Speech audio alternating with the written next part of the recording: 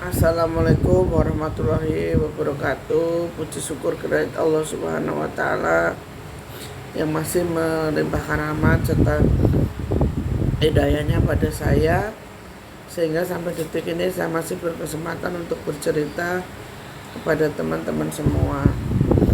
Yang kedua, saya ucapkan terima kasih untuk teman-teman yang telah membantu channel ini.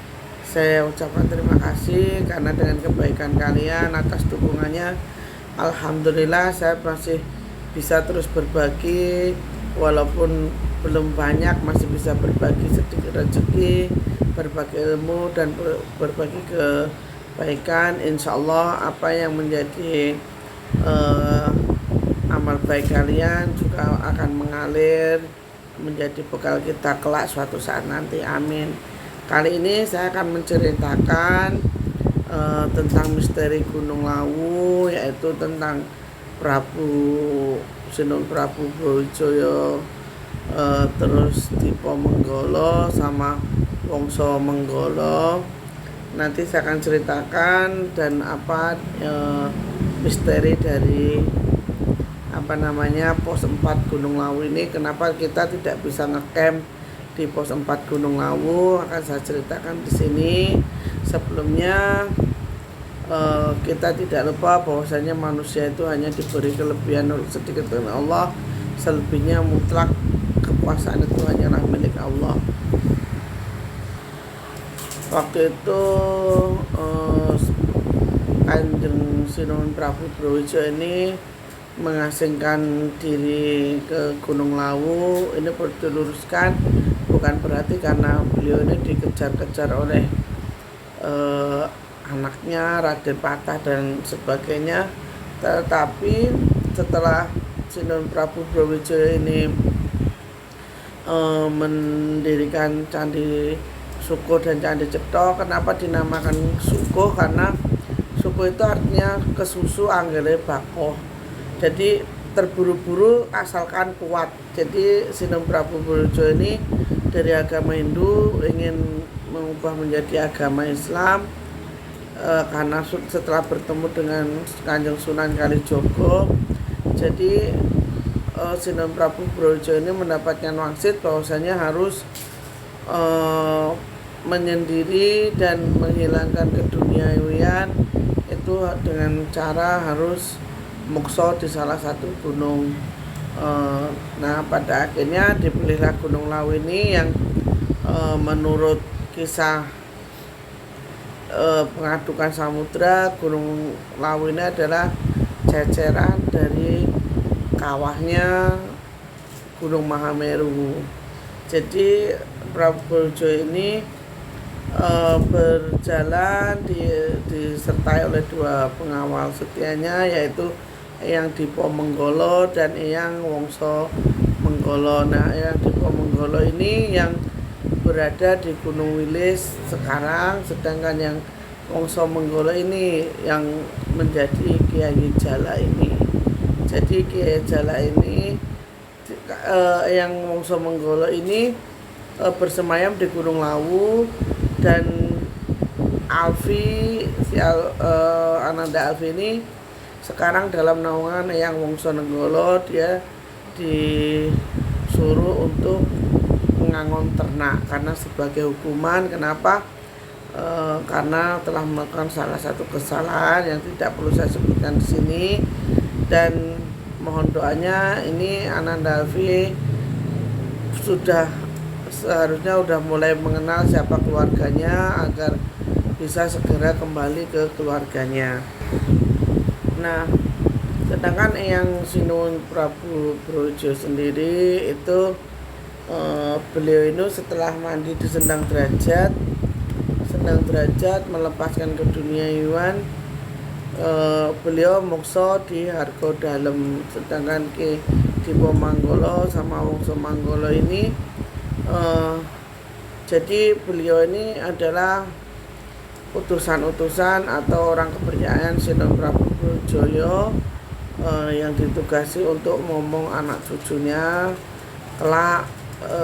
Jadi yang Sinun Prabu Brawijaya itu sampai sekarang beliau masih ada, dan tempatnya bukan di Gunung Lawu. Gunung Lawu itu hanya tempat musonya, sedangkan Sinum Prabu Joyo itu punya kerajaan sendiri yang tidak perlu saya sebutkan di sini.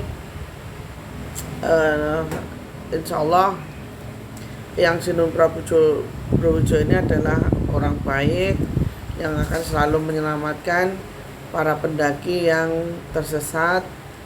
Karena pendaki yang tersesat itu bukan istilahnya dia sengaja disasarin oleh jin atau apa, tapi yang pendaki ini, jin yang di gunung ini pun tidak akan serta-merta menyesatkan atau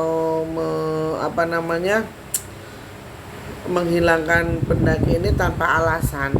Jadi orang-orang yang disesatkan, orang-orang yang dihilangkan nyawanya di gunung itu, selebihnya itu karena mereka telah membuat kesalahan, karena mereka itu telah membuat sebuah kekeliruan. Jadi sebuah kesalahan itu harus ada imbal baliknya, harus ada hukumannya. Kenapa kok tidak dimaafkan? Dimaafkan iya, tetapi kita harus menjalani hukuman itu dulu. Seperti Anandavi sudah dimaafkan, tapi dia sedang menjalani hukuman. Dia setelah hukumannya selesai, maka dia akan segera pulang, kan gitu.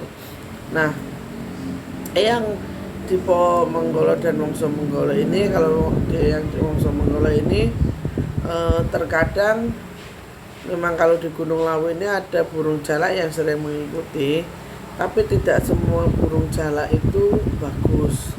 Karena apa? Hanya burung jalak gading itu yang memang benar-benar bagus, yang menuntun pendaki untuk ke jalan yang benar. Ada kalanya ada burung jalak yang jelmaan penunggu situ yang sengaja ingin menyesatkan, itu ada.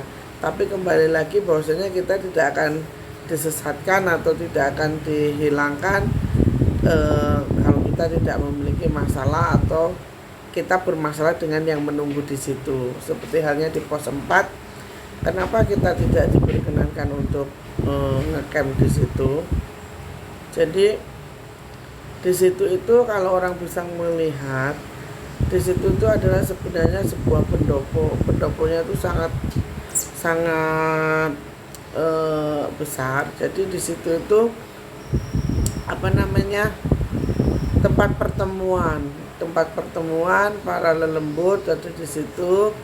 Kita jadi tidak diperkenankan di situ. Karena apa? Karena kita harus tahu bahwasanya kalau tempat pertemuan ya kita harus tahu sendiri bahwasanya itu memang tidak boleh sembarang orang boleh di situ, kan gitu.